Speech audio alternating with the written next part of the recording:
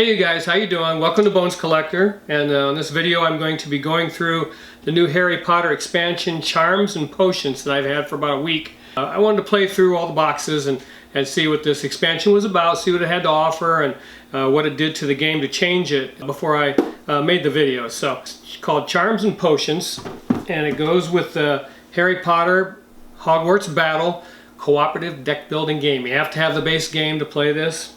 Now, I do want to say before I start that if you are one of those people that don't like to know what's in this expansion, the cards and stuff, I'm going to show you everything. The cards, the new characters. So if you don't like any spoilers, turn off the video right now and wait for your expansion to get delivered to your house so that you can play it. How's that? So anyways, let's start with the box itself. It has four, just like the other expansion, the Monster Box of Monsters. It has four boxes in it. You're going to play one at a time, and let's go through the first box, because in the first box it introduces the Charms part of the expansion. And Charms are these little extensions to your player board. It goes right at the top of your board, and it gives you a special benefit or a special power to help you in this game, and you will need these. So you can select these randomly, or we just read them and decided which ones we wanted to use, and let me tell you what some of them are. This one is called Healing, and that's the one I happen to use in the games that we played. And depending on the position of my health tracker on my personal player mat, it tells me what kind of a healing benefit I get. So in other words, if it's on 10, 9, or 8, I get once on your turn, if you play an ally, any one hero gains 2 health. If it's on 4 through 7, you can give you and your neighbors, and it uses neighbors in this expansion. So your neighbors are the people on your left and right.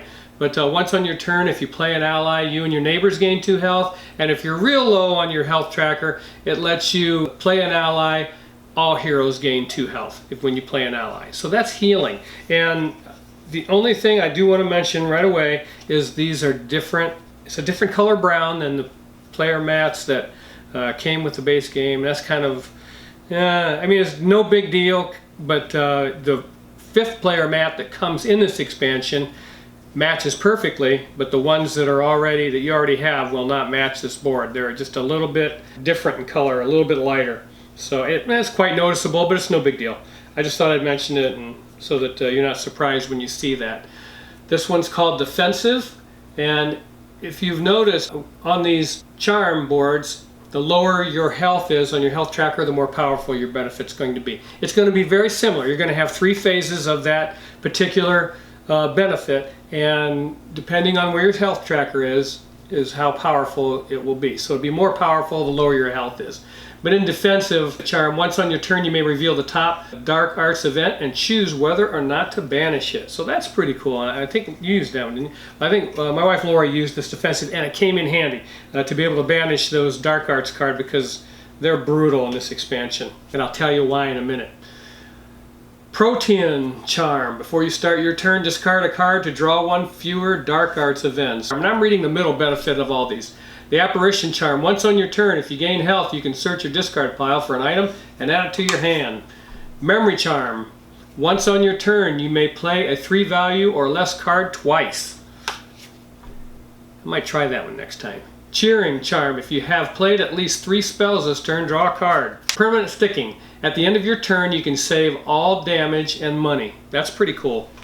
Undetectable Extension. Once on your turn, you may reveal the top card of your deck. If it has a value of $1 or more, draw that card. Hover. Once on your turn, you may discard a card. If you do, draw a card. And Summoning. If you have played at least 1 item this turn, gain $1 for each ally you play. So these are just little helps that these charms that attach to your board. You're going to use them in all 4 boxes of the expansion as you're playing through the game. They're necessary. This game can get very difficult, and you will need those. So that is the charms part of this expansion. When it talks about charms and potions, that's what it is, a little extension you're going to put on your player mat. And let's take a look in the box and see what's in there. Yeah. And I've already had these open, and we've played all 4 boxes, but I'm going to show them to you.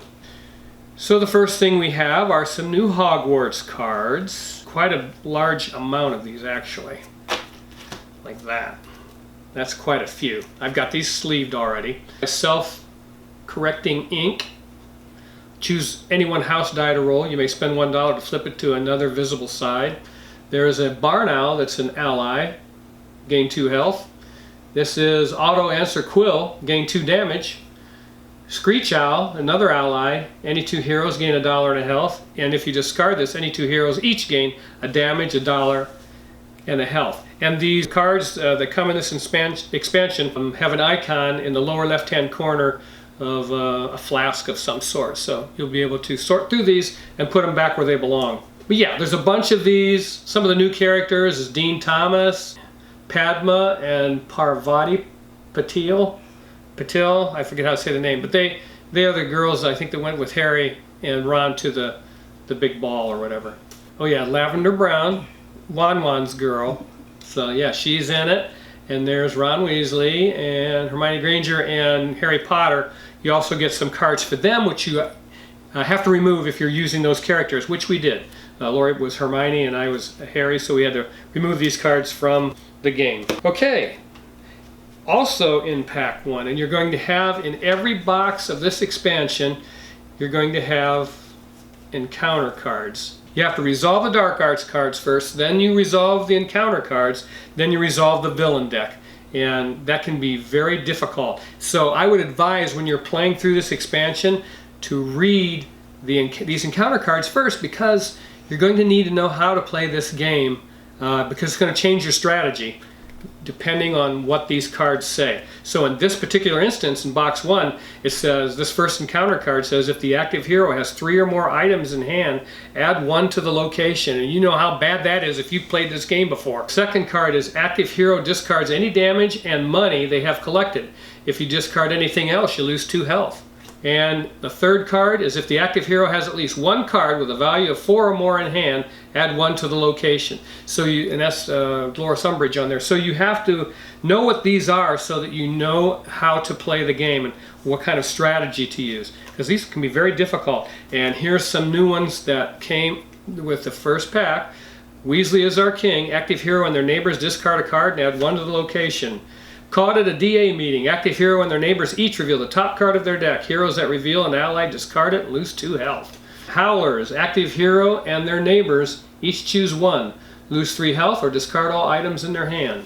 And another caught at the DA meeting. So those are the Dark Arts cards that's going to be added to the deck in this first box.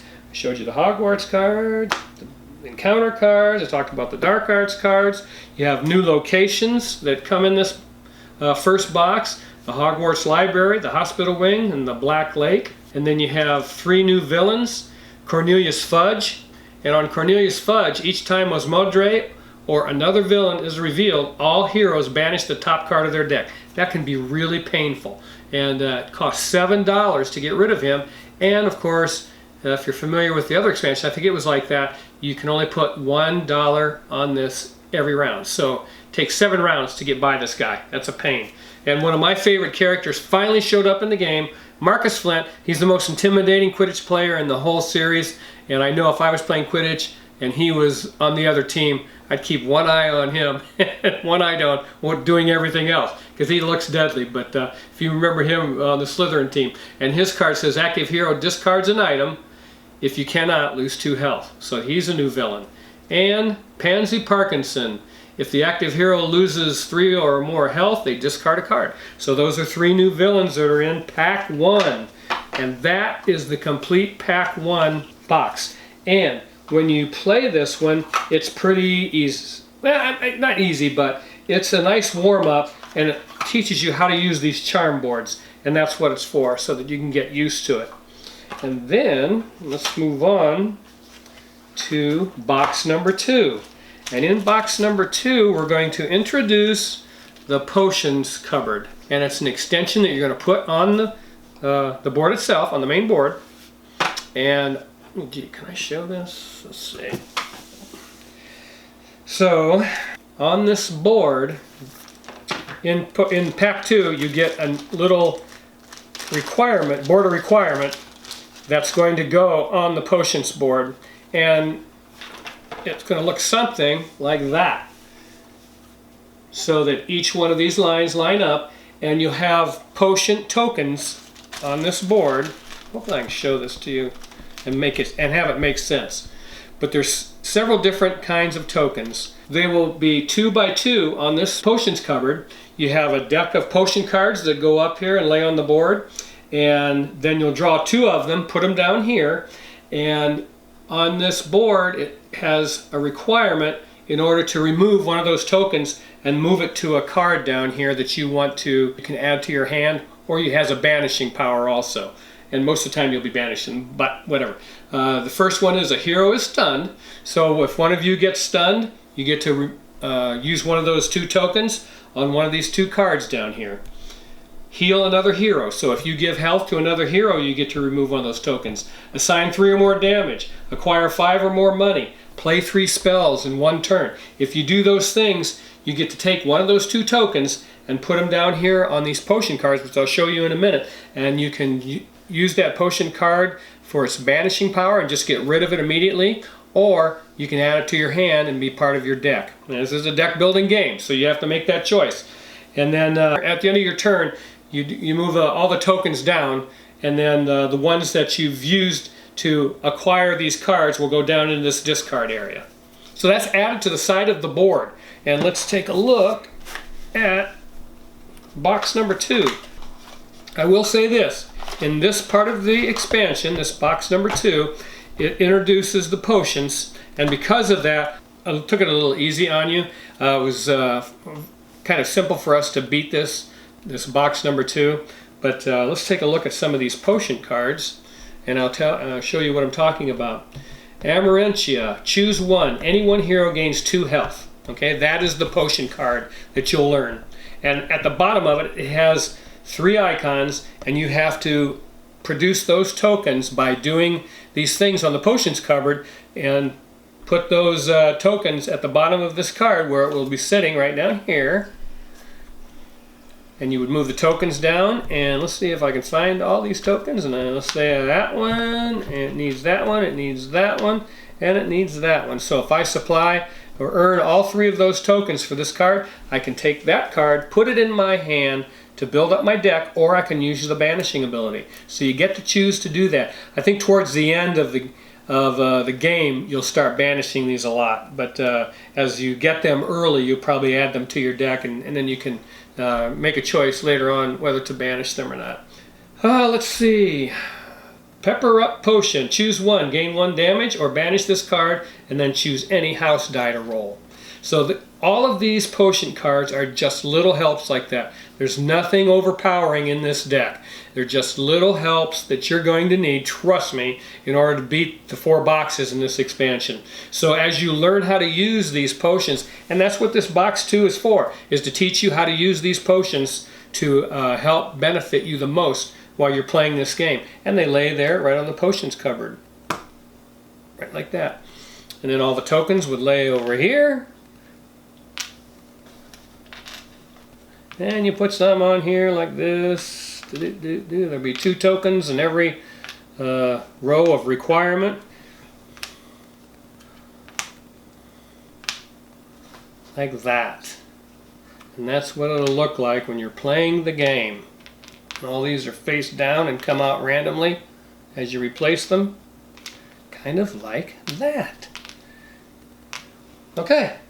And I'm going to tell you right off the top, it makes the game longer. It's just something that happens as you're going to use these potions. It adds another step to the game. So I kind of have mixed feelings about that, because a game is long enough, and but I don't know. We had a good time playing it, and is it worth it for the extra game length? I think it took us 2 to 2.5 hours to play this each box, and that's a pretty good bit of time at the table. But you know, again, it's Harry Potter, and we really enjoy Hogwarts Battle, the base game, and we enjoyed Monster Box of Monsters, and so far we're enjoying this. So if it wasn't Harry Potter, would I keep it? I don't know.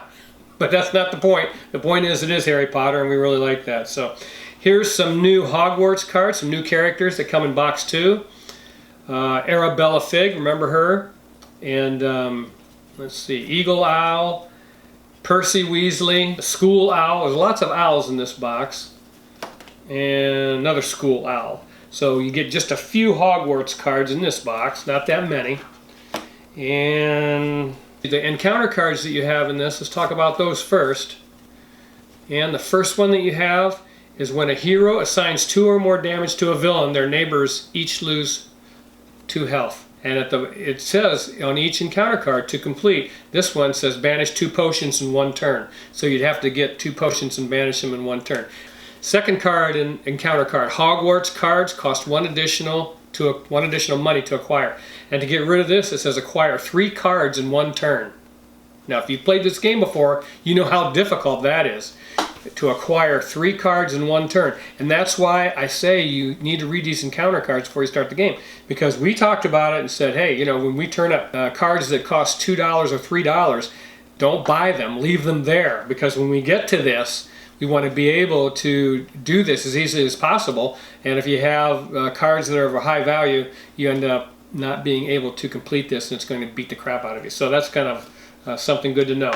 The third encounter card in box 2 is if the active hero has 4 or more spells in hand, remove 1 damage from all villains. And that can happen quite often in this game because, you know, Lohomora, your base cards that you get, your 10 starter cards, a lot of them are spells, so you can have that happen to you. So those are the encounter cards that come in box 2. Then you have more Dark Arts cards, and in the Hall of Prophecy, Devil's Snare, 2 of those, Quick Quotes Quill, and Beyond the Veil.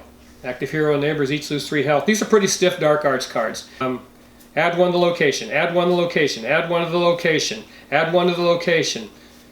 So there's 3, 4, 5 of these that add 1 to the location, and if you've played this game before, you know what that means. You're going to add these little metal location markers onto the location cards, and once you get past that first one and start drawing 2 Dark Arts cards, this game can get pretty mean, especially again if you have Bellatrix up, because she makes you draw an additional, and a lot of the Dark Arts cards, as you know, say draw an additional. So those are the Dark Arts cards. And then the new villains in Pack 2, Rita Skeeter, the Great Reporter, Rufus Scrimgeour. Now in Rufus Scrimgeour, while I've got him up, there's a typo on this card. It says for each card in hand with an odd dollar value, active hero chooses another hero to lose 1 health. It should say chooses, and that kind of thing really bothers me. I don't know how anybody played this game and didn't read the card. You know, I don't know how you make that mistake, but whatever. Then there's Pious Thickness. He's another new villain. And then the new locations are Ministry of Magic Atrium, the Ministry Courtroom, and the Ministry Lift. So new locations, new villains, and that's what's in box 2, you guys. It introduces the potions. And again, you will probably beat box 2 quite handily because it's designed like that so that you can get used to playing with the potions in the expansion. Okay, then we move on to box 3, and this is going to get decidedly more difficult now. In box 3 you get a new, I'm calling it a border requirement. You know, it goes on the potions cupboard board, and it changes the requirements that you need in this particular box. And you can, there's even a hard side and an easy side, so you can choose. On this side alone it says assign both damage and money to villains. So you'd have to do that in order to take a token and move it down to a potion. Acquire 2 or more cards, lose 3 or more health. There are 2 or more on the location, and play an ally. On this side, a hero is at 10 health, defeat a villain, draw an extra card, an ally is available to acquire, and use your charm ability. But every time you do use it, you can move one of those tokens down to a potion. And in this box, it introduces something new to do with those potions tokens. I'll show you here in a second. This is pack 3.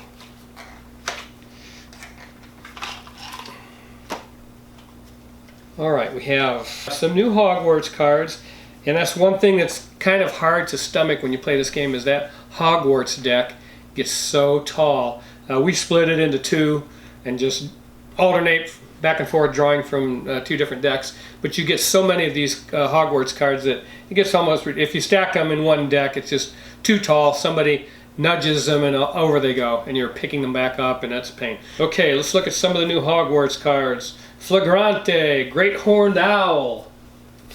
What do we got? Potions Kit, gain $2. Take one ingredient for each face-up Dark Arts potion. Here's a new character in the game, Mundungus Fletcher, Romilda Vane. So those are two new characters on the Hogwarts cards in pack number 3.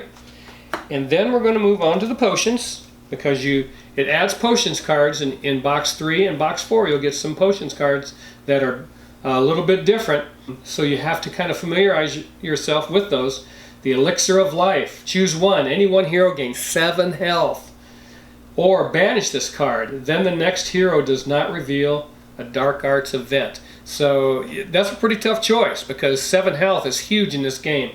And if you've got this in your deck, you want that to come around as often as possible. But you may find yourself and your team in a bit of a pickle and not be able to do that, and you don't want to reveal a Dark Arts event for whatever reason. Maybe you're just on the brink of disaster, and you can banish this card and the next person does not have to reveal a Dark Arts card. And that can be very important. Hair-raising potion. Choose one. Gain 2 money, or banish this card and then add 1 damage to each face-up villain. So these potions are just a little bit better in their basic ability and a little bit better in their banishing ability. So those are pretty cool. And then the thing that it introduces in this box that make this a little bit tougher is these Dark Arts potion cards. Now these go in the Dark Arts deck, and you're going to mix them in with all the Dark Arts events, and when you draw one of these, it goes in front of you. You take it and it's going to go in front of you, and you get to keep that. And when it's your turn, you have to perform that first before you turn over a Dark Arts event. So you're going to have this Dark Arts potion card sitting in front of you, or more than one, and I'll tell you about that in a minute. And you do what it tells you. This one says all heroes lose a health, so you have to do that first. Then you have to draw the Dark Arts events and rifle through those. Then you do your encounter cards, then you do your villains. And I want to tell you, one time I drew 5 of these in a row. We shuffled the deck, and this is what we came up with. I drew 5 of these in a row, and I kept having to put them down in front of me. And I'm going to tell you what, that was almost did us in. We were able to pull it out of the fire and win this game, but that was very difficult to overcome. It was pretty scary. And let me read some of these to you and how hard they are. If there are 2 or more spells available to acquire, discard a card. All heroes lose a health. I told you about that one. You and your neighbors each banish the top card of your decks and add 1 to the location. Ouch, that thing is painful, dude. If you got that down in front of you, you have to do that before any Dark Arts. And I already wince at the thought of turning over Dark Arts cards. They're so punishing. And then you have to do this first and then turn over Dark Arts events. Man, that's terrible. Yeah. Draft of Living Death. You and your neighbors each banish the top card of your deck. And boy, if that's a card that you've purchased and haven't used it, and you spent $5 or $6 on it, and you haven't used it, and you turn it over and you have to banish it, that really, ugh. And then add 1 to the location. Man, that's painful. Memory Potion. If there are 2 or more spells available to acquire, discard a card. And that's 2 or more spells available in the market. And that happens often, so you want to get rid of that one. Truth Potion. If there is an ally available to acquire, reveal an additional Dark Arts event card.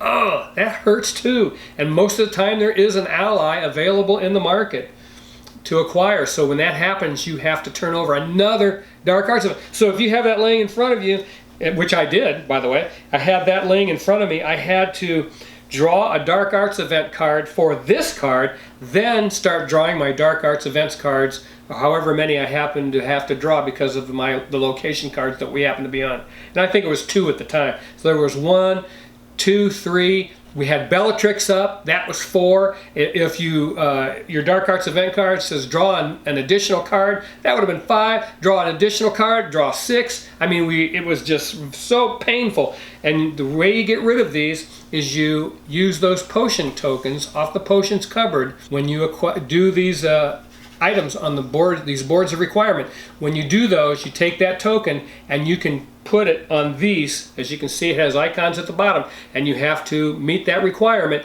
and then you can get rid of that card from in front of you. Oh, guys, I'm telling you, that was just ridiculous sometimes. You get these in front of you and you can't get rid of them. It's so hard to do. But yeah, that is a new twist in box number 3 that I wanted to show you, because that can really change up your strategy of the game. And the one thing I do want to point out though is when you're taking those tokens, any player can put them on my cards.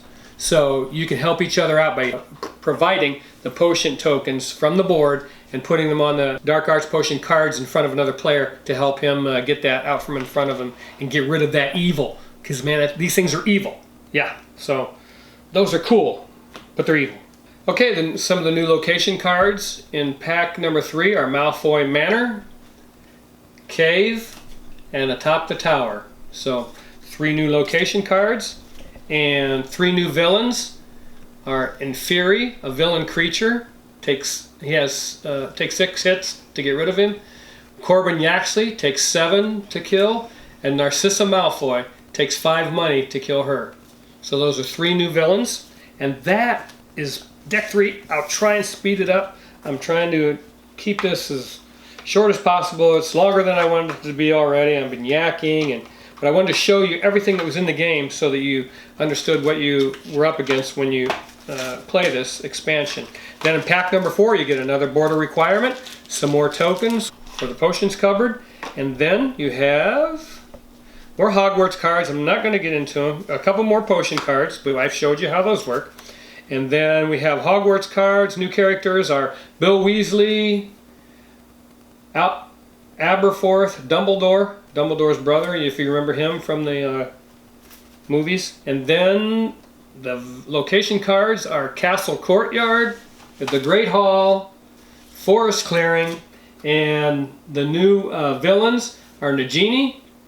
Active hero loses health and cannot gain health, so that's a pretty cool villain. Electro Caro, Amicus Caro, and then you have a new Lord Voldemort card, 25 damage and 7 money to get rid of him.